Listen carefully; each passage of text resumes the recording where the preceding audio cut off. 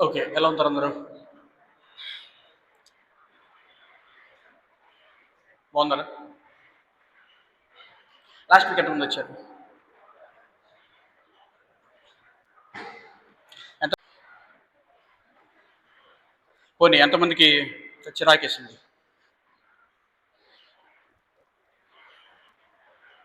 ఏం వేయలేదా? సాధారణంగా ప్రశ్నలు అడిగితే చిరాకు వస్తుంది.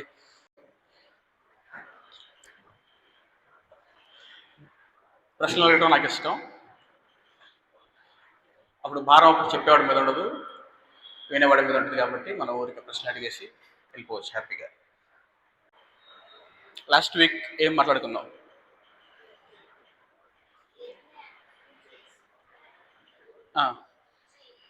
వచ్చే ఇబ్బందులు, ఇంకా దేవుడు అంటే ఎవరు అనేది. ఓకే. లిమిటేషన్స్ అన్నాడు చంటి. ఏం గుర్తున్నాయి? గుర్తున్నాయా? ఏం గుర్తుంది? ఓకే.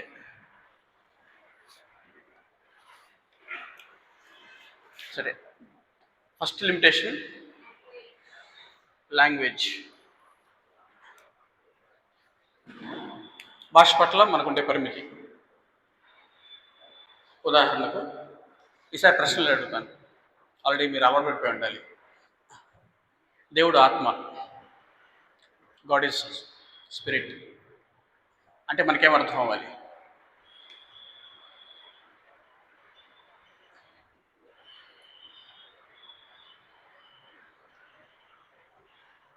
దేవుడు ఆత్మ. పోనీ ఈజీగా వస్తాను, పోయినసారి చెప్తా. దేవుడు సర్వశక్తిమంతుడు. దాన్ని మనిషి కేటగిరీస్లో లాగితే ఏమైంది? ఏం చేస్తాం?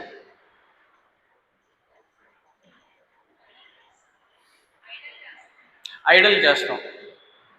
ఏం చేస్తాం? ఐడల్ చేస్తాం అంటే ఏం చేస్తాం? ఎలా చేస్తాం? ఐడల్ చేస్తాం, కరెక్టే. ఎలా చేస్తాం? ఏది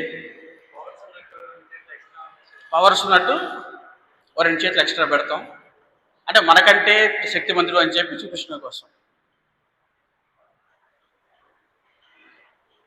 గాడ్ ఈస్ ఆమ్నిషియంట్. దేవుడు సర్వజ్ఞుడు, అంతా తెలుసున్నాడు. ఇప్పుడు దీనికి చెప్పండి, దీన్ని ఇందాకట్లాగా మన హ్యూమన్ కేటగిరీస్లో ఎక్స్టెండ్ చేస్తే ఏం చేస్తాం? బ్రెయిన్ పెద్దగా పెడతాం. ఇంకా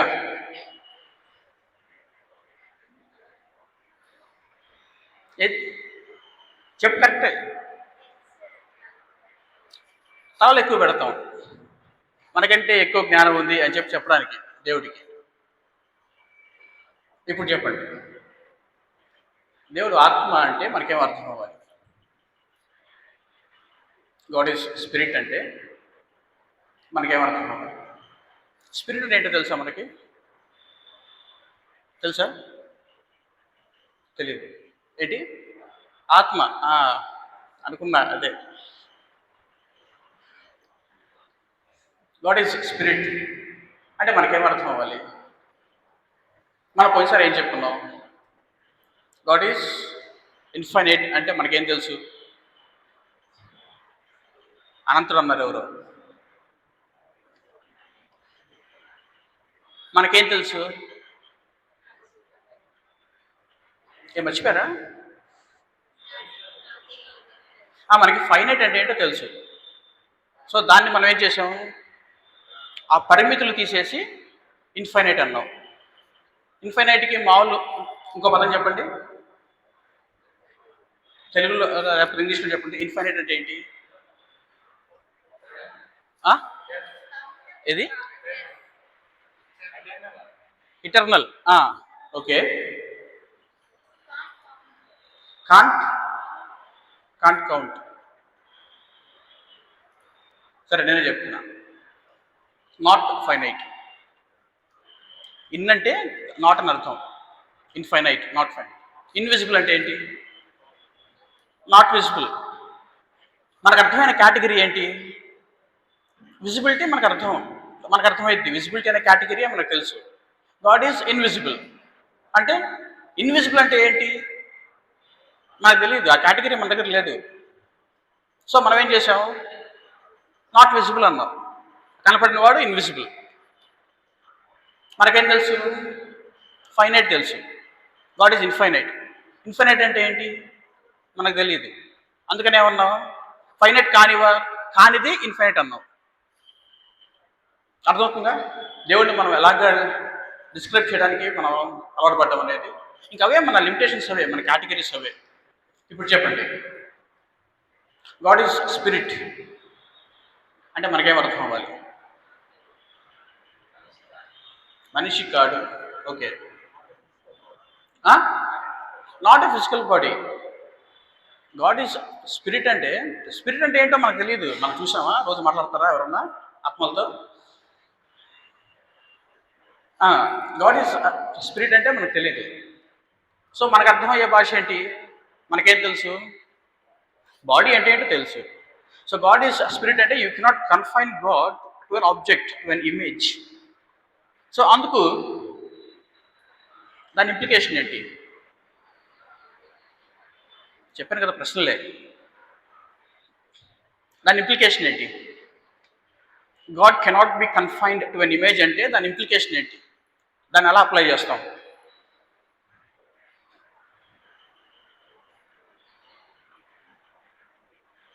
ఏంటి, ఎలా అప్లై చేస్తాం?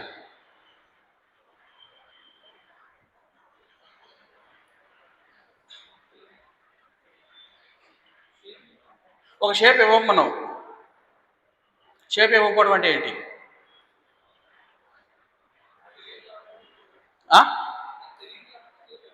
అదే, ఓకే, కరెక్టే. షేప్ ఇవ్వకపోవడాన్ని మనం ఏమంటున్నాం? ఏంటి చెప్పు, పర్లేదు చెప్పు. Shapeless, okay.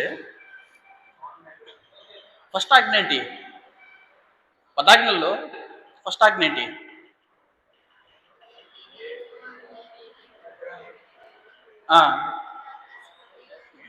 కింద భూమి ఎందే కానీ, భూమి కింద నీళ్ళ ఎందే కానీ ఉండు. దేని రూపమును మీరు పూజించకూడదు, ఏ విగ్రహాన్ని మీరు చేసుకోకూడదు. ఇప్పుడు చెప్పండి ఏంటి అప్పుడు దాని అప్లికేషన్ ఏంటి? విగ్రహాలు చేయకూడదు.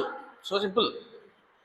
గాడ్ ఈజ్ స్పిరిట్ అంటే మనం అర్థం చేసుకోవాల్సింది ఏంటంటే, దేవుడిని ఒక రూపానికి మనం కన్ఫర్మ్ చేయలేము.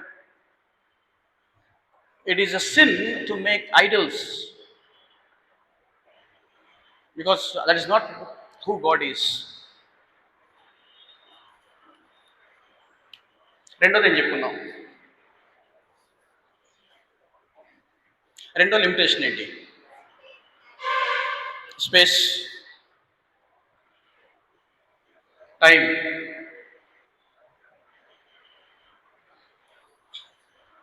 Causality. We are spatio-temporal beings. అంటే మనం కాలానికి సమయానికి పరిమితమైన వాళ్ళం. కాలానికి బయట, స్పేస్కి బయట ఆలోచించే కేటగిరీస్ మన దగ్గర లేవు. స్పేస్లెస్ అంటే ఏంటి మనకు తెలియదు. టైమ్లెస్ అంటే ఏంటో మనకు తెలియదు. మహా అయితే ఏం చేస్తామంటే లూప్ వేస్తాం టైమ్లెస్కి. బట్ మోస్ట్ మనం ఇచ్చే ఎక్స్ప్రెషన్ ఏంటి అని అంటే ఒక లూప్లో వెళ్తూ ఉంటుంది టైం అని. అంటే మూడోది కాజాలిటీ. ఏంటి కాజాలిటీ అంటే కాజ్ అండ్ ఎఫెక్ట్లోనే మనం ఆలోచించగలం ఏదైనా కానీ. ఉన్నట్టుండి ఇప్పుడు మైక్ నేను విసిరేసాను అనుకోండి,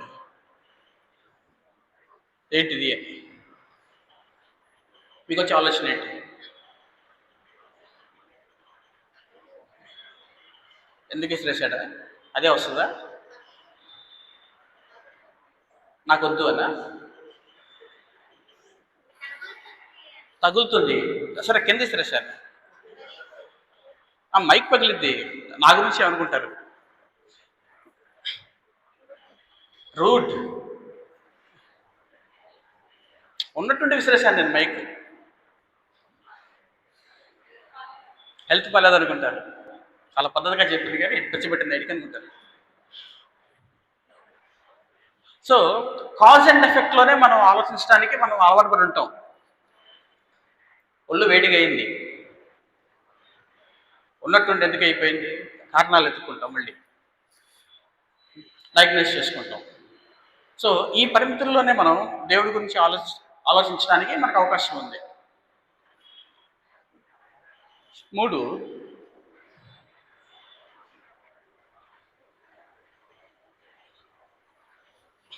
ఫాలన్నెస్, మన పతన స్థితి. పాపం ప్రపంచంలోకి ఎంటర్ అయినప్పుడు ఇట్ హ్యాస్ కరప్టెడ్ ఎవ్రీథింగ్. ప్రతిదాన్ని కూడా కరప్ట్ చేసి పడేసింది. కరప్ట్ చేయటం అంటే అదే. ఏంటి కరప్ట్ చేయటం అంటే? మైక్ ఇచ్చింది ఎందుకు? కరెక్టే, మైక్ ఇచ్చింది మాట్లాడడానికి. నేనేం చేస్తున్నాను? మాట్లాడటం తప్ప అన్నీ చేస్తున్నా. కరప్షన్ అంటే అది. సింపుల్ మీనింగ్లో అర్థం చేసుకోవాలంటే ఒక పర్పస్ కోసం చేసిన దాన్ని ఆ పర్పస్కి తప్ప మిగతా వాటన్నిటికీ ఉపయోగించడం. ఫాలన్నెస్. చాలాసార్లు మనం ఏమనుకుంటామంటే ఈ ఫాలన్నెస్ మన ఆలోచనని ఎఫెక్ట్ చేయలేదు అన్న పద్ధతిలో బిహేవ్ చేస్తాం. అంటే నాకు అర్థమైందా అంటే, లేకపోతే నేను ఇచ్చుకునే ఒక జస్టిఫికేషన్ అందులో తప్పేం లేదు. అంటే కొన్ని యాక్షన్స్ నేను కొంచెం తప్పుగా చేస్తాను కానీ, అందుకే మీరు చూడండి, మనం ఎంత తప్పు చేసినా కానీ ఏం చేసినా కానీ అంటే నేను ఎందుకు చేయాల్సి వచ్చిందంటే అనే ఒక సెల్ఫ్ జస్టిఫికేషన్ ఉంటుంది మన దగ్గర. ఊరికే కారణాలు ఇవ్వడం కోసం మనం ట్రై చేస్తూ ఉంటాం, జస్టిఫై చేయడం కోసం ట్రై చేస్తూ ఉంటాం. సో మన రీజనింగ్ కూడా we have a faulty reasoning. Faulty reasoning అంటే ఉదాహరణకు లాస్ట్ ఇయర్ అనుకుంటా, అంతకు ముందు ఇయర్ ఇండియాలో ఎప్పుడు కనీ విని చూడనంత పెద్ద పెళ్ళయింది. ఎవరిది? అంబానీ వాళ్ళ పెళ్ళయింది. అంబానీ పెళ్ళైన ఒక నెలకో నెలన్నరకో జియో రేట్లు పెరిగినాయి.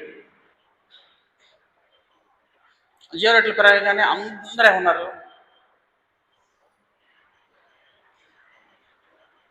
అంత పెట్టి పెళ్లి చేశాడు కాబట్టి అది బ్యాలెన్స్ చేయడం కోసం, ఆ స్పెండ్ చేసిన అమౌంట్ మళ్ళీ తెప్పించుకోవడం కోసం జియో రేట్లు పెంచుకుంటున్నారు. అలా పెరిగిన ఒక 2-3 వీక్స్కి మనకి కొత్త జిఎస్టీ వచ్చింది. జిఎస్టీలో ఏమొచ్చింది? సెల్యులర్ టవర్స్ మీద ట్యాక్స్ పెరిగింది. సో నేనేమంటున్నానంటే, మనం ముందుగానే ఒక రీజనింగ్ మనం చేసేసుకున్నాం, అది మనకు చాలా సాటిస్ఫాక్టరీగా ఉంది. కానీ మనం అన్ని కాంపోనెంట్స్ని మనం తీసుకొని మనం చేయలేదు రీజనింగ్. ఫాలన్నెస్లో మనకుండే ఒక బ్లైండ్ స్పాట్ ఏంటంటే, మన రీజనింగ్ని మనం ఎప్పుడూ క్వశ్చన్ చేసుకోం. అన్ఫార్చునేట్లీ మీ రీజనింగ్ని మీరు ఎప్పుడన్నా సరే క్వశ్చన్ చేసుకున్నారా? నేను ఈ పని ఎందుకు చేశానంటే, ఎందుకు చేశాను అనే దానికి కారణం ఉంటుంది. కానీ నేను ఇలా ఆలోచించాను, ఈ ఆలోచించడం కొన్ని కరెక్టేనా అని ఆలోచించారా? చాలాసార్లు మన రీజనింగ్ని, అది మన ఫాలోనెస్ని మన రీజనింగ్లోకి మనం తీసుకురాం. అందుకే ఆర్గ్యూ చేసుకుంటూ ఉంటాం. ఇప్పుడు జనరల్గా ఏదైనా ఒక టాపిక్ మీద కానీ, ఏదైనా ఒక ఇష్యూ మీద కానీ, నేను రైట్ అంటే నేను రైట్ అంటే ఇద్దరి దగ్గర మళ్ళీ పూర్తి ఇన్ఫర్మేషన్ ఏమి ఉండదు. సో ఈ లిమిటేషన్స్లో మనకి దేవుడు అనే ఒక సత్యం మనకు ఎలా తెలుస్తుంది? మనం అలా అర్థం చేసుకోగలం.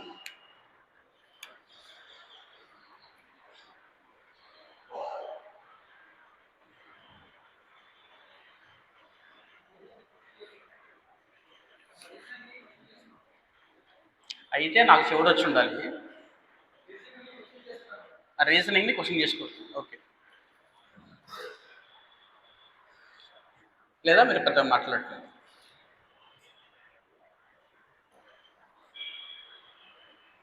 చెప్పండి. So how do we know the truth about God?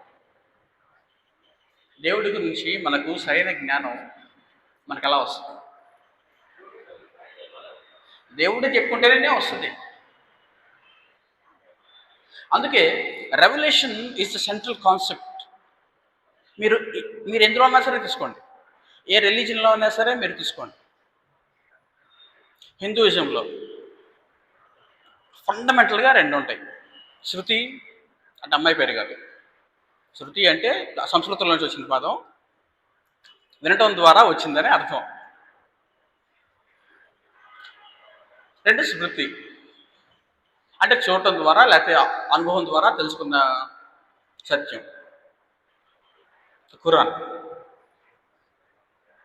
Mohammed ప్రవక్తకి అల్లా మొత్తం రాయించుకోమని చెప్తే రాశాడు. సో మన నాలెడ్జ్ అంతా కూడా బయట నుంచి వచ్చిందే.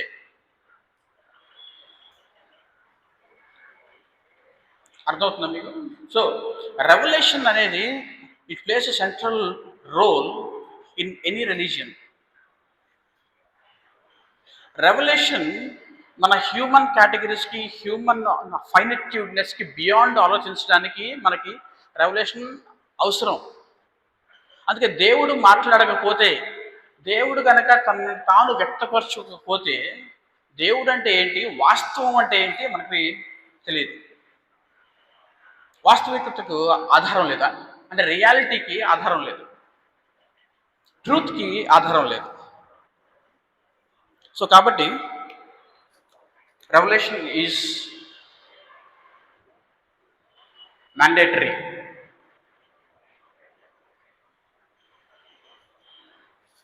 So revolution is mandatory. ఇప్పుడు చెప్పండి, దేవుడు ఎలా రివీల్ చేసుకున్నాడు? దేవుడు తనను తాను ఎలా రివీల్ చేసుకున్నాడు?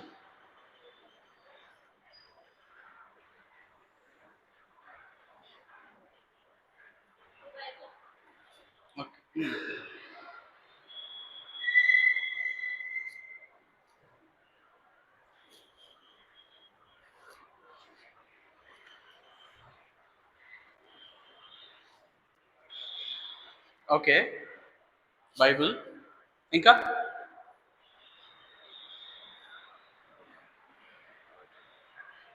ఇంకా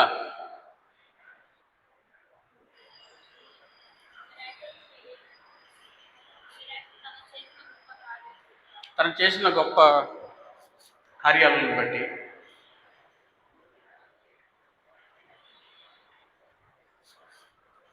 ఇంకా ఎవరు చెప్పారు? ఓకే, క్రియేషన్, సృష్టి.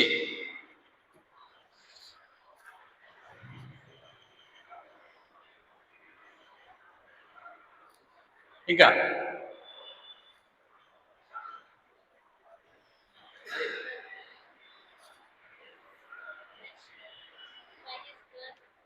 By his birth. సరే, నేనేం చెప్తానంటే జీసస్ క్రైస్ట్ అని చెప్తున్నాను.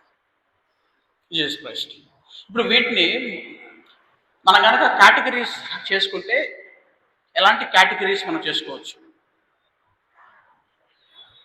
వీటిని ఏమంటాం? జనరల్ రెవల్యూషన్ అంటే అందరికీ ఉన్న ప్రత్యక్షత. ఇది స్పెషల్ రెవల్యూషన్.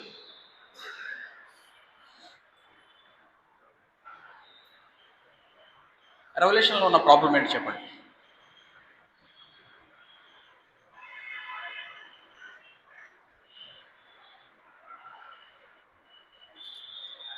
పోనీ రెవల్యూషన్ మనం అర్థం చేసుకోవడంలో ఉండే ప్రాబ్లమ్స్ ఏంటి?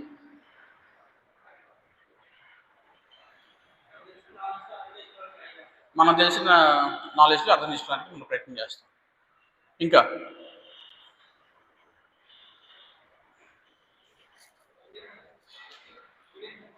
ఎవిడెన్స్.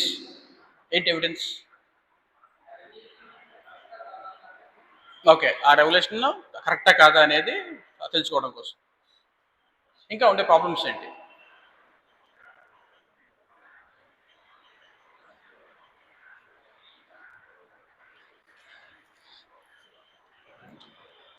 ఈ జనరల్ రెవల్యూషన్లో బేసిక్గా మనకేముంటుందంటే డేటా ఉంటుంది, అందరికీ అదే డేటా ఉంటుంది. బైబిల్, సరే బైబిల్ గురించి మాట్లాడుతున్నాను ఎందుకంటే ఇప్పుడు యేసుక్రీస్తు కూడా మనకి బైబిల్ ద్వారానే మనకి ఇప్పుడు అర్థమవుతాడు కాబట్టి, ఎందుకంటే ఆయన పుట్టినప్పుడు మనం లేం కాబట్టి బైబిల్నే నేను సోర్స్గా తీసుకుంటున్నాను. సో ఇది లాంగ్వేజ్లో వచ్చింది, ఇది డేటా ఉంది. ఈ రెండింటిని ఏం చేయాలి?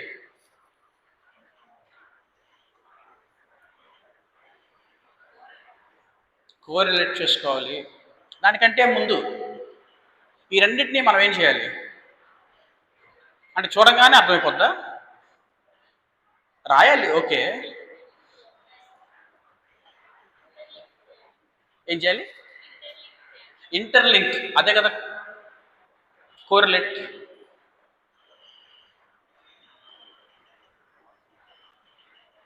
డేటాని ఏం చేయాలి? డేటాను వెరిఫై చేసే ముందు ఏం చేయాలి? డేటా మనకి ఎలా ఉంటుంది? అక్షర రూపంలో ఉంటుందా? ఉండదు. సో డేటాను ఏం చేస్తాం అంటే జనరల్ రెవల్యూషన్ని మనం ఏం చేస్తాం? ఇంటర్ప్రిట్ చేస్తాం. లాంగ్వేజ్ని కూడా ఏం చేయాలి?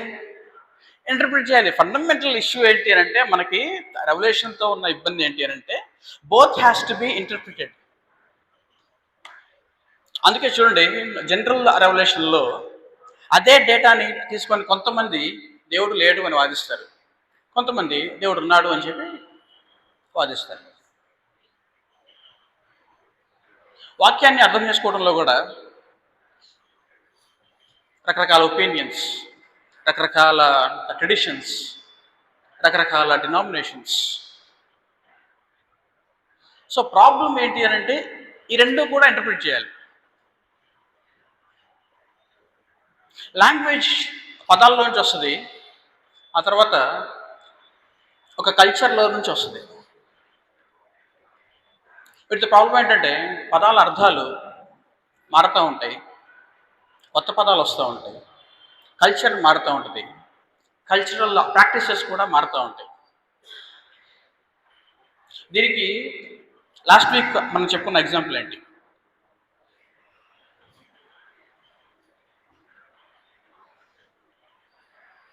అదే పాము. యేసుక్రీస్తు ఏమన్నాడు? పావురాల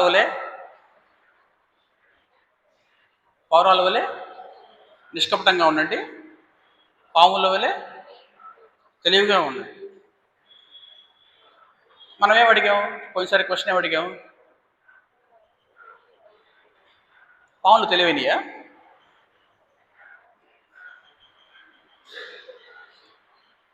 పాములకి తెలివి లేదు, ఏమీ లేదు. బట్ కల్చరల్ ఎక్స్ప్రెషన్ ఏంటి అంటే పాములు పగబడతాయి, పాములు గుర్తుపెట్టుకుంటాయి మనుషుల్ని, వెంబడేస్తే అది కల్చరల్ ఎక్స్ప్రెషన్. కల్చరల్ ఉన్న మీనింగ్ని యేసుక్రీస్తు తీసుకుని చెప్తున్నారంటే మీరు అలా జాగ్రత్తగా ఉండండి, అలర్ట్గా ఉండండి, లేకపోతే వైజ్గా ఉండండి అని చెప్తున్నాడు, అంతే తప్ప నువ్వు దాన్ని లాగి పావులు నిజంగానే ద మోస్ట్ ఇంటెలిజెంట్ క్రీచర్స్ అనర్థం అని చెప్పి అనకూడదు. So this has to be interpreted. ఆ కల్చర్ తెలియకపోతే నేను అదే చేస్తా. అప్పుడు నేనేం చేస్తాను? నేను ఇక్కడ కూర్చొని ఇప్పుడు వాదిస్తూ ఉంటా, లేదు బైబిల్ చెప్పింది, యేసుక్రీస్తు చెప్పాడు, పాములు మించిన ఇంకొక తెలివి కలిగిన జంతువు ఇంకొకటి లేదు. అక్కడి నుంచి మనం అక్కడికి వెళ్తున్నామంటే నువ్వు అసలు దేవుడిని నమ్ముతున్నావా? అరే పాములు ఎలా రాతే నమ్ముతున్నావా? మనం ఇంకొక ఎగ్జాంపుల్ కూడా మనం చెప్పాం. పిల్లోడు తండ్రిని చేపను అడిగితే పావునిస్తాడా? నువ్వు థాయిలాండ్ నాగాలాండ్ అట్లా వెళ్ళావంటే అదంటే పావే మంచి ఫుడ్ కదా, మరి పావునే ఒకటి నేను చేస్తానంటాడు. So all this data has to be interpreted. మనకున్న ఇబ్బంది అది.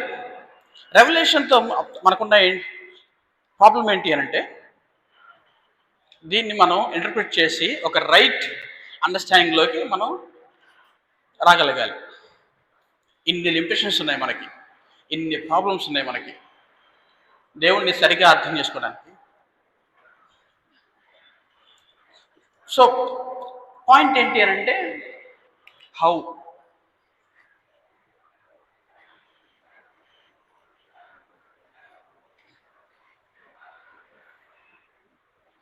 సో దీని అంతట్లోంచి how are we going to interpret or how are we going to solve the limitations of the problems we have with revolution. మనం అలా చేయగలం, ఏం చేయగలం? ఇక్కడ అందరూ ఒక పాయింట్ ఒప్పుకుంటారా? ట్రూత్ లేకపోతే రియాలిటీ అనేది మనకంటే పెద్దది, మనకు బయట ఉన్నది అని. రియాలిటీ అనేది మన మీద ఆధారపడలేదు కొని, లేకపోతే సత్యం అనేది మన మీద ఆధారపడలేదు, ఇండిపెండెంట్గా ఉంది సత్యం అనేది. ఒప్పుకుంటారా? కొన్ని వాస్తవం మనకంటే పెద్దది అనుకుంటారా? కొని ఒప్పుకోరా? తెలీదా?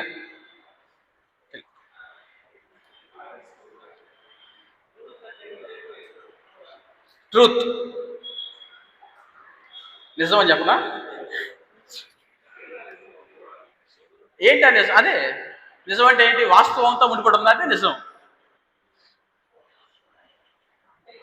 మనం ఎంతవరకు చూడగలం? అప్పుడు వాస్తవాన్ని మనం ఏ పరిమితి వరకు అర్థం చేసుకోగలం? వాస్తవాన్ని మనం ఏ పరిమితి వరకు అర్థం చేసుకోగలం?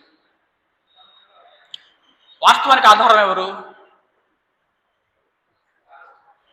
వాస్తవానికి ఆధారం ఎవరు? ఇక్కడ అడిగాను, ఎవరు అన్నాను. దేవుడు. సత్యానికి ఆధారం ఎవరు? దేవుడు. కాబట్టి ఆ రెండు కూడా నా మీద ఆధారపడవు, అంటే మనిషి మీద ఆధారపడవు, అంటే మనిషి కంటే చాలా రెట్లు పెద్దది వాస్తవం అనేది. కాబట్టి మనకు అర్థమవుతున్న విషయం ఏంటంటే ఏ ఒక్క మనిషి లేకపోతే ఏ ఒక్క కమ్యూనిటీ లేకపోతే ఏ ఒక్క కల్చర్ కూడా వాళ్ళ దగ్గర కంప్లీట్ సత్యం అనేది ఉండదు.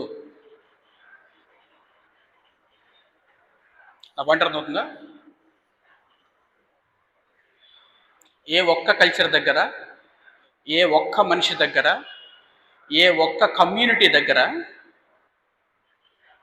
కంప్లీట్ సత్యం అనేది ఉండదు.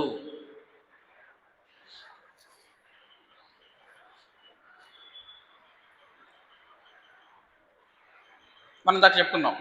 రీజన్ ఒక్కటే దేవుడిని తెలుసుకోవడానికి కానీ వాస్తవం తెలుసుకోవడానికి కానీ సరిపోదు. రెవల్యూషన్ అనేది ముఖ్యం. ఇక్కడ ఎవరికన్నా ఏనుగు బొమ్మ గీయటం వచ్చా? వచ్చా? నేను గీస్తే అది మీకు అర్థం కాదు, అందుకోసం అది. ఎవరికన్నా వచ్చా ఏనుగు బొమ్మ? వచ్చాయి.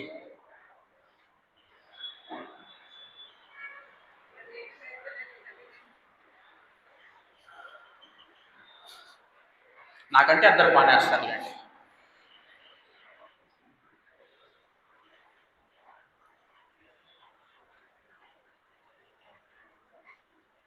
ఓకే ఓకే, వేసే వేసే వేసే.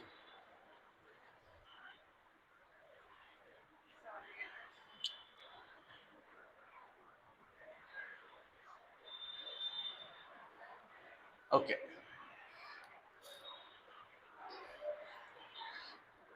ఏనుగు అని అనుకోండి. ఒక రూమ్లో ఏనుగు ఉంది. ఆ ఏనుగు చుట్టుపక్కల 6 గుడ్డి వాళ్ళు ఉన్నారు. 6 7 చుట్టుపక్కల గుడ్డి వాళ్ళు ఉన్నారు. వీళ్ళు ఏం చేశారంటే వెళ్ళి కళ్ళు మూసుకొని ఏనుగుని అలా తడుగుతూ ఉన్నారు. ఎవరికేం అర్థమైంది?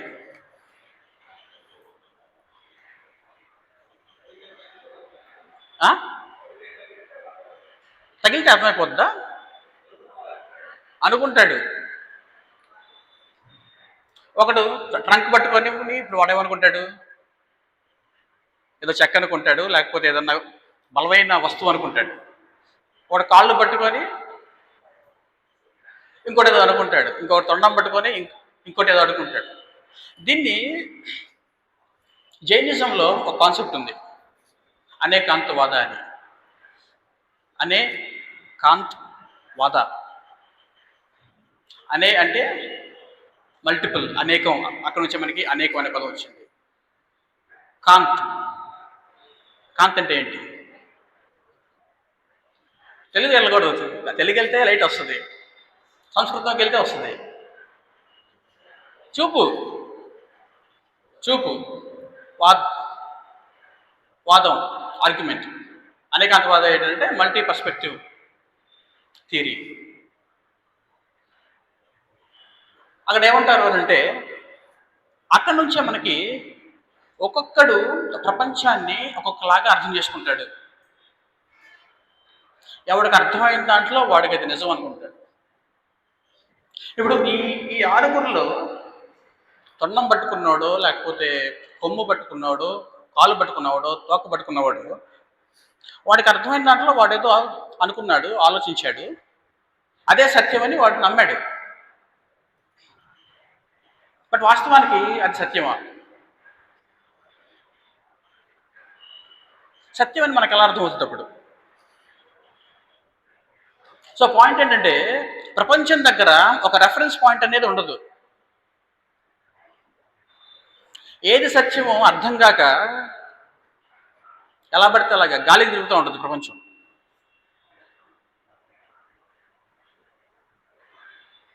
క్రైస్తవ వాదంలోకి వచ్చేసరికి ఇక్కడ ఏనుగే మాట్లాడింది, నేను ఏనుగుని అని.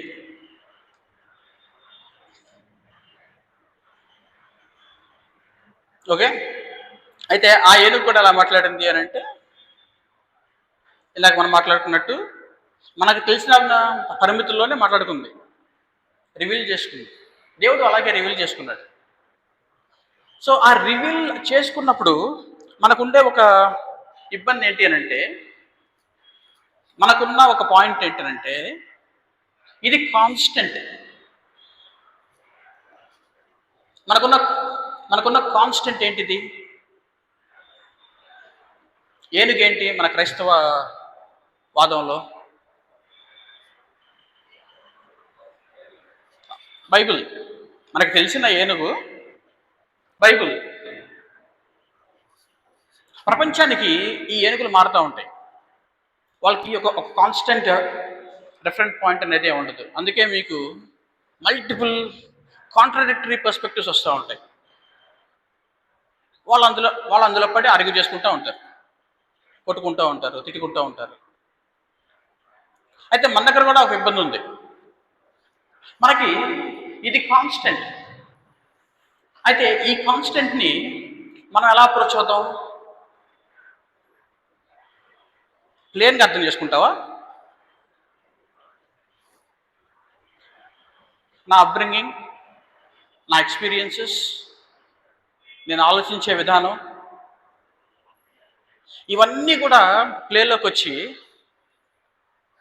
నేను ఒక రకంగా అర్థం చేసుకుంటాను. దీన్ని నాకు ఒక రకంగా అర్థమవుతుంది, నీకు ఒక రకంగా అర్థమవుతూ ఉంటుంది. బైబిల్ అదే బైబిల్ మారలా. బైబిల్ని మనం అర్థం చేసుకునే విధానం మారుతూ వచ్చింది. మారుతూ వచ్చినప్పుడు మనం ఏం చేసాం? మన అనుభవంలో నుంచే మనం అర్థం చేసుకొని బైబిల్ని మనం ఏమంటున్నామంటే, ఇదే సత్యం అంటున్నాం. నాకు అర్థమైంది దేవుడు అంటున్నాం.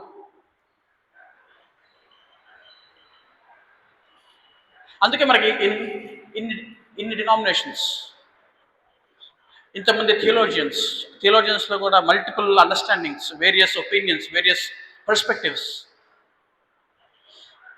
కల్చరల్గా కూడా చాలా రకాలుగా అర్థం చేసుకుంటూ ఉంటారు.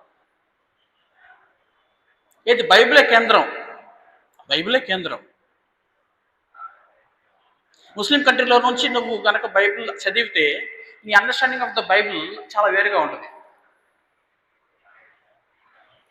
పోనీ అక్కడే ఎందుకు, ఒక పూర్ ఫ్యామిలీలో నుంచి నేను ఇక్కడ చదివే బైబిల్ నాకు వేరుగా ఉంటుంది, ఒక రిచ్ ఫ్యామిలీలో నుంచి నేను బ్రాటప్ అయినప్పుడు నేను చదివే బైబిల్ నాకు అర్థమయ్యే విధానం వేరుగా ఉంటుంది. So how do we arrive at a coherent picture? ఇది అర్థం కాక ప్రపంచం ఏమంటుందంటే, నీ సత్యం నీకు, నా సత్యం నాకు ఉంటుంది. నీకు అర్థమైంది నీకు సత్యం, నాకు అర్థమైంది నాకు సత్యం. ఒకదానికొకటి మరి విరుద్ధంగా ఉంది కదా అంటే, నీ ప్రపంచం వేరు, నా ప్రపంచం వేరు. ఈ వైరుధ్యతలో వెళ్తూ ఉంటుంది ప్రపంచం. కానీ మనకున్న కాన్స్టెంట్ ఏంటంటే ఇది.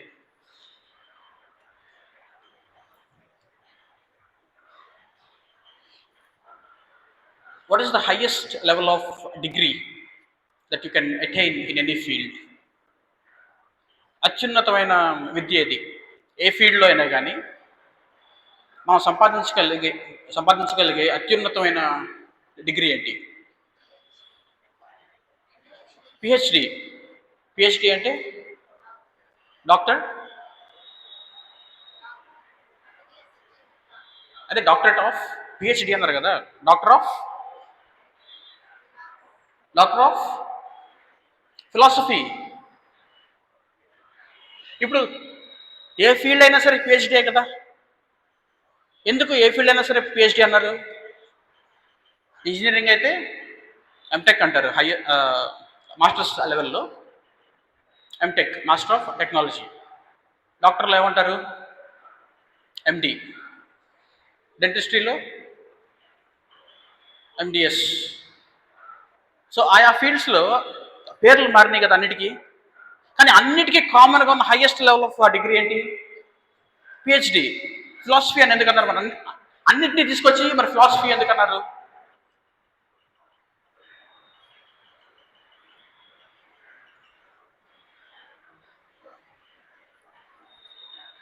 చెప్పండి. అన్నీ ఏ ఫీల్డ్ అయినా సరే ఫిలాసఫీలో వస్తుంది. ఓకే, అంటే ఫిలాసఫీలో రావటం అంటే ఏంటి? Branches of philosophy. ఓకే, అంటే డాక్టర్ ఆఫ్ ఫిలాసఫీ లెవెల్లోకి వెళ్ళిపోయినప్పుడు వాళ్ళు ఏం చేయడానికి వాళ్ళు ప్రయత్నం చేస్తున్నారు అని అంటే, they trying to form a coherent idea of reality. వాస్తవం గురించి వాళ్ళకి వాళ్ళ వాళ్ళ ఫీల్డ్స్లో, ఆస్ట్రానమీలో, ఫిజిక్స్లో, సైకాలజీలో అన్నిటినీ కలిపి ఒక కొహరెంట్ వ్యూ ఆఫ్ రియాలిటీ, ఒక కొహరెంట్ వ్యూ ఆఫ్ ట్రూత్ని సంపాదించడం కోసం ట్రై చేస్తున్నారు. ఉదాహరణకు సైన్స్ ఏమడుగుద్ది? ప్రపంచం ఎలా పనిచేస్తుంది అని అడిగింది. How does the world work? Philosophy ఏమడిగిద్ది? సత్యం లేకపోతే రియాలిటీ, దాని యొక్క నేచర్ ఏంటి, అది ఎలా ఉంటుంది? థియాలజీ ఏమడిగింది? Who is the source of reality? మూడు ఒక పిక్చర్ గురించే వేరు వేరు కోణాల్లో నుంచి అర్థం చేసుకోవడానికి అన్ని ప్రయత్నం చేస్తున్నాయి, ఏ ఫీల్డ్ అయినా కూడా. అట్మోస్ట్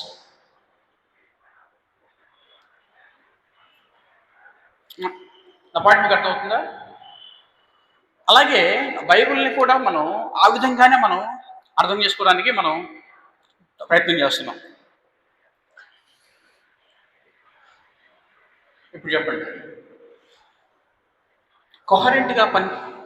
కొహరెంట్గా ఒక unified view of the world or view of the God రావాలి అంటే ఏం చేయాలి?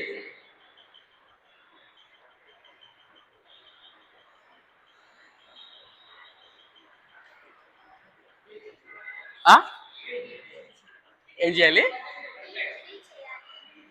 టీచింగా? పిహెచ్డి చేయాలా? ఓకే.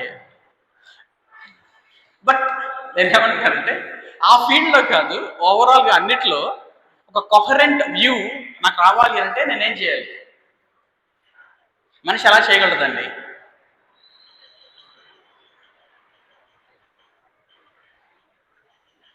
సింపుల్ పాయింటే నేను చెప్తే మీరు నాలెడ్జ్ కరెక్టే. ఎలా? ఆ బైబిల్ కూడా ఒకరికి ఒక రకంగా అర్థమైంది కదా. షేర్ చేసుకోవాలి. పజిల్ గుర్తుందా మీకు? చిన్నప్పుడు పజిల్స్ని కట్ చేసి పెట్టేవాళ్ళు.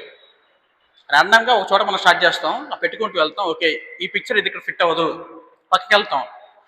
మనకి ఈ ఈ వ్యూ అనేది కాన్స్టెంట్ అనే విషయం మనకు అర్థమైనప్పుడు, నా అనుభవాల్లో నుంచి, నా అప్బ్రింగింగ్స్లో నుంచి, నా బిలీఫ్స్లో నుంచి వచ్చే కొన్ని భావాలు, కొన్ని అర్థాలు నేను నీతో పంచుకున్నప్పుడు, నువ్వు నాతో కొన్ని పంచుకున్నప్పుడు, ఈ పాయింట్ దగ్గర మన ఇద్దరికి వైరుధ్యత ఉన్నప్పుడు ఎవరో ఒకరు మార్చుకోవాలి, లేదా ఇద్దరు మార్చుకోవాలి.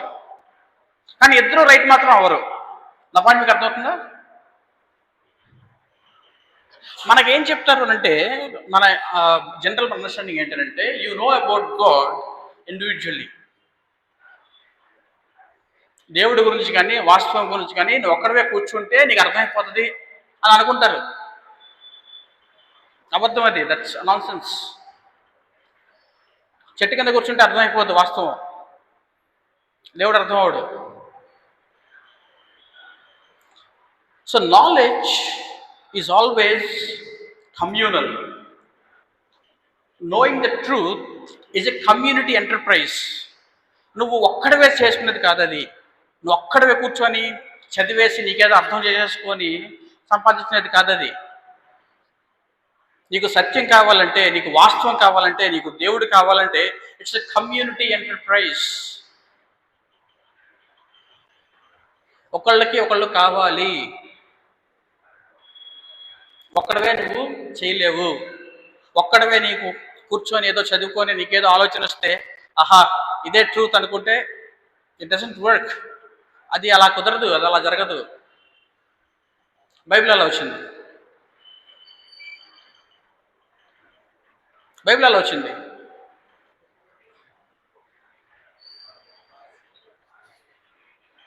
పెద్దగా చెప్పు. రాస్తే వచ్చింది. ఎంతమంది రాశారు? మల్టిపుల్ పీపుల్ రాశారు. మల్టిపుల్ పీపుల్ ఒక ట్రూత్ గురించి రాశారు. Multiple people. పాల్ కనుక నేను ఒక్కడనే నాకేదో అర్థమైంది, దేవుడు నాకేదో చెప్పారు, నేను రాసుకుంటే అది ట్రూత్ అవ్వదు. అది దేవుడి గురించి నా సత్యం అవ్వదు. జడ్జి గారు చెప్పాలి, how do you give a judgement?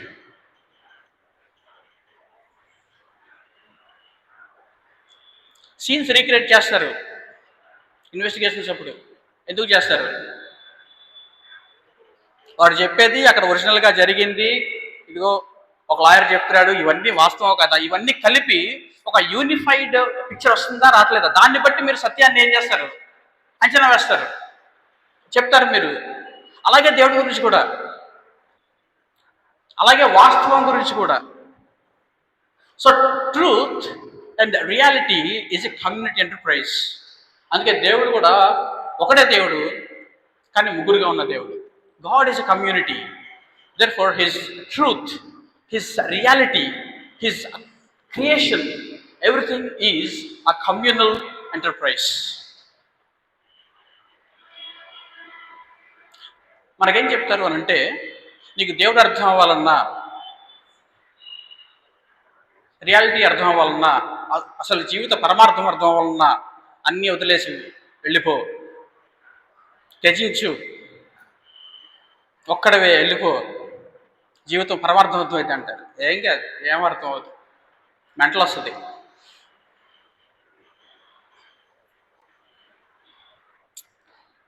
So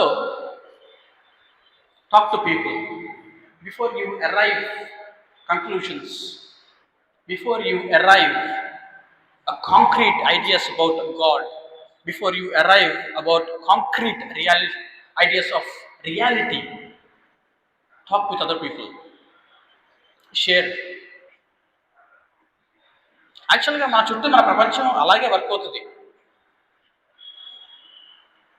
lawyers ఎలా పనిచేస్తారు? లాయర్స్ ఎలా పనిచేస్తారు? ఒకళ్ళే పనిచేస్తారా? డాక్టర్స్ ఎలా పనిచేస్తారు? ఒక కేసు డయాగ్నోస్ చేయాలంటే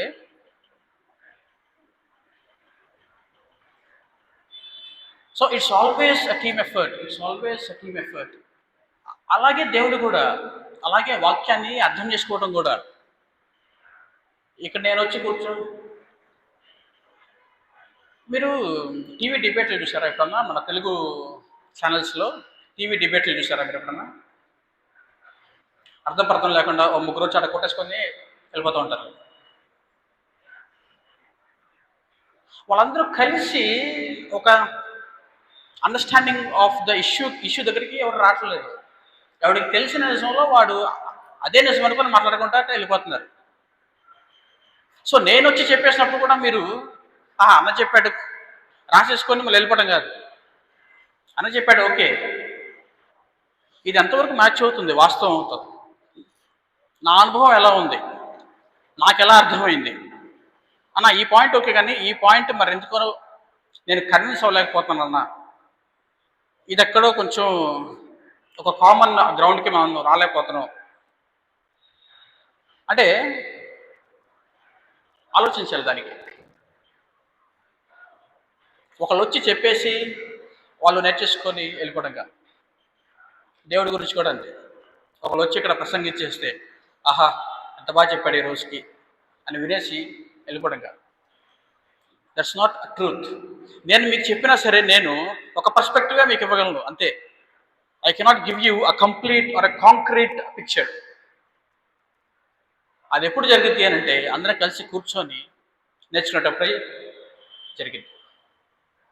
సో కాబట్టి మీరు అర్థం చేసుకోవాల్సిన విషయం ఏంటి అంటే knowledge or truth or understanding of God is always multi perspective. ఈ ఆరుగురు కలిసి కూర్చొని మాట్లాడుకుంటే వస్తుంది పిక్చర్. ఎవరికి వాడు కొట్టుకుంటే రాదు. సో కాబట్టి మనందరం కూడా వాక్యం చదివినప్పుడు కానీ లేకపోతే దేవుడి గురించి అర్థం చేసుకున్నప్పుడు కానీ వేరే వాళ్ళతో మాట్లాడినప్పుడు కానీ జస్ట్ అది మనకు అర్థమైపోయింది కాబట్టి అది వాస్తవం అయిపోదు. We have to check it, we have to recheck it. Second ఒపీనియన్కి వెళ్తాంగా, ఒకవేళ డాక్టర్ దగ్గర ఏదైనా కొంచెం తేడాగా ఉంటే లాయర్ దగ్గర నుంచి కూడా మళ్ళీ సెకండ్ ఒపీనియన్కి వెళ్తాంగా, మల్టిపుల్ ఒపీనియన్స్ మనం తీసుకుంటాంగా. అలాగే దేవుడి దగ్గర కూడా. సో అందుకు అలా వెళ్ళినా కూడా మనకు అర్థమయ్యేది ఏంటంటే we can only understand God partially. ఎందుకు? దేవుడు అనంతుడు, మనం పరిమితమైన వాళ్ళం. కాబట్టి దేవుడిని నేను పార్షియల్గానే అర్థం చేసుకోగలను.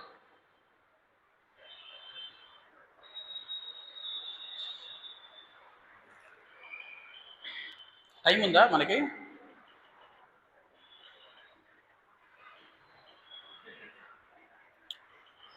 రెండు యాటిట్యూడ్స్ మనం అవాయిడ్ చేయాలి. ఒకటి అబ్సల్యూట్ సర్టెనిటీ.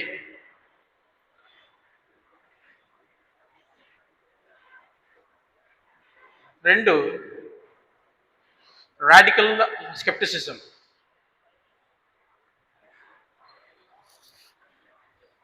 అబ్సల్యూట్ సర్టెనిటీ ఏంటి అని అంటే నాకు సమస్తము తెలిస్తేనే అది నిజం అని అనుకోవడం. రాడికల్ స్కెప్టిసిజం ఏంటి అంటే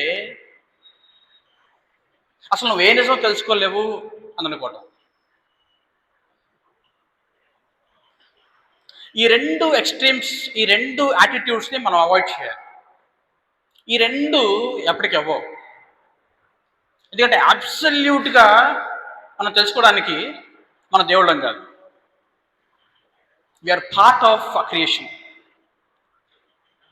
అసలు మనకి ఏమీ తెలియదు, అసలు మనకి ఏ నిజమో తెలియదు అన్నప్పుడు, నాకు ఏమీ తెలియదు అనే నిజం కూడా నాకు తెలియకూడదు. అప్పుడు అర్థమవుతుందా మీకు? మనం ఏ నిజము మనం తెలుసుకోలేము అన్నప్పుడు, ఏమి తెలుసుకోలేము అనే నిజం ఎలా తెలిసింది నీకు మరి? సో ఈ రెండు యాటిట్యూడ్స్ని మనం అవాయిడ్ చేయాలి. సో దేవుడి గురించి కూడా మనం పార్షియల్గానే మనం తెలుసుకోగలం. బట్ ఆ పార్షియల్గా తెలుసుకునేది ట్రూతా కాదా అన్నంతవరకే మనం ఎగ్జాస్టివ్గా మనం దేవుడి గురించి తెలుసుకోలేము. కాంప్రిహెన్సివ్గా దేవుడి గురించి, కాంప్రిహెన్సివ్గా రియాలిటీ గురించి తెలుసుకోలేము, వాస్తవం గురించి తెలుసుకోలేము. మన పరిమితుల్లో మాత్రమే మనం తెలుసుకోగలం, పార్షియల్గా మాత్రమే తెలుసుకోగలం. కానీ ఆ పార్షియల్గా తెలుసుకోవడంలో ట్రూగా తెలుసుకోగలమా లేదా అనేది ముఖ్యం. అండ్ అలా తెలుసుకోవడం కోసం నాకెవరు కావాలి? నాకెవరు కావాలి?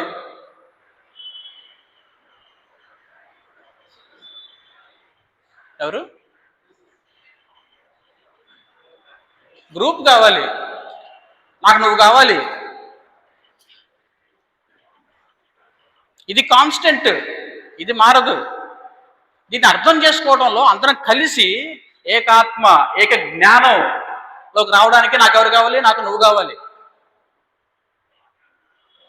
So attaining a knowledge, truth and reality is a community enterprise. ఇది మనం అలవాటు చేసుకోవాలి. మనకి ఒక్కళ్ళ వేసి ఏదో ఎవరికి తెలియకుండా రూమ్లో కూర్చొని ఏదో సాధించేసి బయటకు వచ్చి ప్రపంచానికి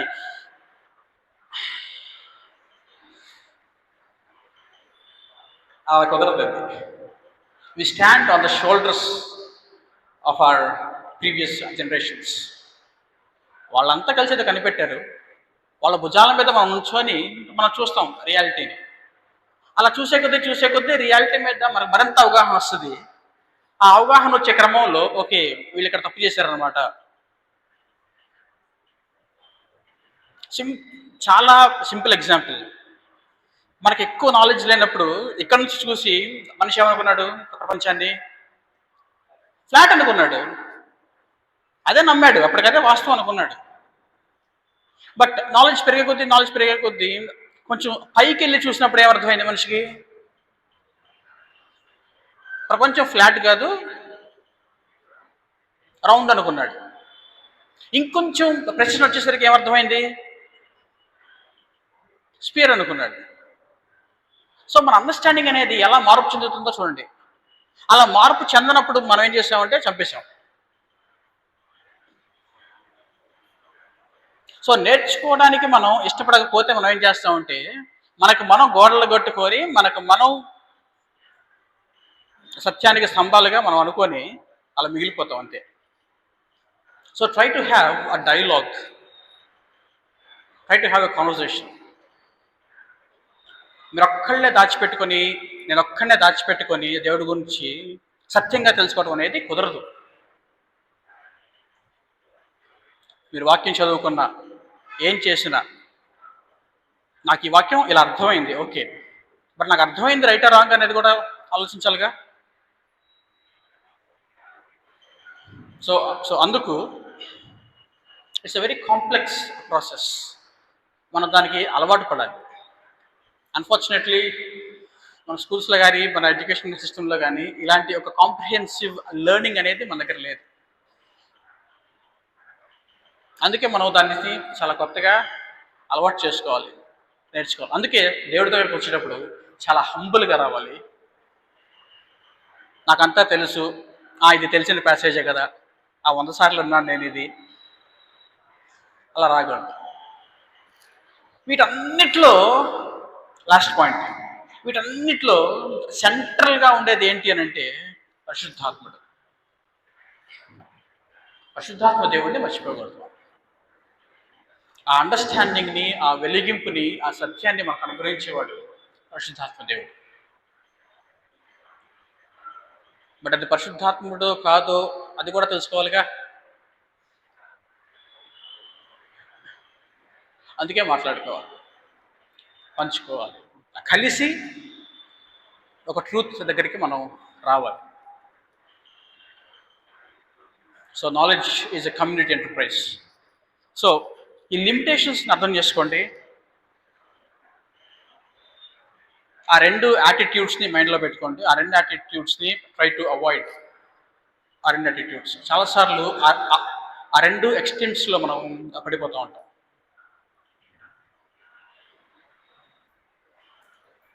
అందుకే మనం ముందు తరాల వాళ్ళు ఏం చెప్పారు అంటే, ఇక మేము చెప్పిందే సత్యం అన్నారు, మేము చెప్పిందే కరెక్ట్ అన్నారు, నీకేం తెలియదు చెప్పింది అనవా అన్నారు. ఇప్పుడు వాళ్ళు ఏమంటున్నారు, అసలు మనకి ఏమీ తెలియదు, నీదికి సత్యం, నాది నాకు సత్యం, నీ లైఫ్ నువ్వు జీవించు, నా లైఫ్ నేను జీవిస్తాను అంటున్నాను. ఆ రెండు కుదరవు. ఆ రెండు వాళ్ళు అనుకుంటే ప్రపంచం ముందుకెళ్ళదు. మళ్ళీ చెప్తున్నాడని చెప్పి అనుకోవద్దు, మీకు విసుకొచ్చినా సరే.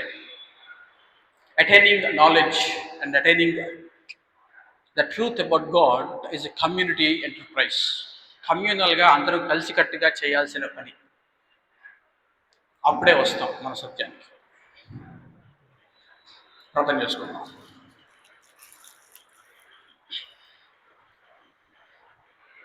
ప్రేమ కలిగిన దేవా, కృప కలిగిన తండ్రి, సర్వశక్తుడా, మహోన్నతుడవు, మహా గొప్ప దేవుడవు,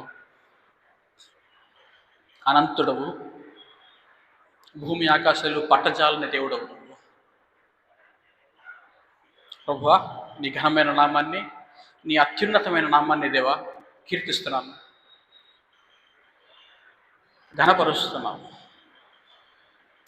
ప్రభా, కేవలం నీ ప్రేమను బట్టి, నీ మంచితనాన్ని బట్టి ప్రభా, నిన్ను నువ్వు మాకు ప్రత్యక్షపరుచుకున్నావు, దాన్ని బట్టి నీకు వందనాలు చెల్లిస్తున్నావు. నీ కుమారుడి ద్వారా ప్రభా, నిన్ను నువ్వు మాకు విసితపరుచుకున్నావు, దాన్ని బట్టి నీకు వందనాలు చెల్లిస్తున్నావు. అయితే ప్రభా, మేమందరం కూడా కలిసి హంబుల్గా, హ్యూమిలిటీతో ప్రభా నీ గురించి ఏక జ్ఞానం పొందడానికి దేవా మాకు సహాయం దయచేయండి. ఒక కమ్యూనిటీగా ప్రభా మేమందరం కలిసి ఒక గోల్ కోసం పనిచేయడం మాకు నేర్పించండి ప్రభా. మా సొంత ఆలోచనల్లో, మా సొంత జ్ఞానాల్లో మేము రైట్ అని ఆరోగ్యంట్గా, ప్రైడ్ఫుల్గా ప్రభా మేము ఉండకుండా, మార్చుకోవాల్సి వచ్చినప్పుడు మార్చుకోవడానికి, కరెక్ట్ చేయబడినప్పుడు ప్రభా మరి కరెక్ట్ చేసుకోగలగడానికి దేవా మాకు మీరు సహాయం దయచేయండి. అటువంటి ఒక తగ్గింపును సత్యవాక్యం వైపు ప్రభా, సత్యవాక్యాన్ని సరిగా అర్థం చేసుకునే వైపు మా అడుగులు పడడానికి, వాటిని బట్టి మా జీవితాలు రూపాంతరం చెందడానికి దేవా మాకు మీరు సహాయం దయచేయమని వేడుకుంటూ, ఈరోజు ఉన్న అంశాలన్నీ కూడా ప్రభా అందరం కూడా మననం చేసుకోవడానికి, ధ్యానించడానికి, వాటిని మరింతగా ప్రభా మా అనుదిన జీవితాల్లో మేము వాటిని అప్లై చేయగలడానికి దేవా మాకు మీరు సహాయం దయచేయమని వేడుకుంటూ, ఈ టైంని మీరు బ్లెస్ చేయమని, వీటి యొక్క ఫలింపు మా జీవితాల్లో ప్రభా కనబడినట్లు, మీకు విధేయత వైపుగా మమ్మల్ని ఇది పురుకొల్పునట్లుగా మాకు మీరు సహాయం దయచేయమని వేడుకుంటూ, యేసుక్రీస్తు వారి నామములో ప్రార్థిస్తూ వేడుకుంటున్నాం తండ్రి. ఆమేన్.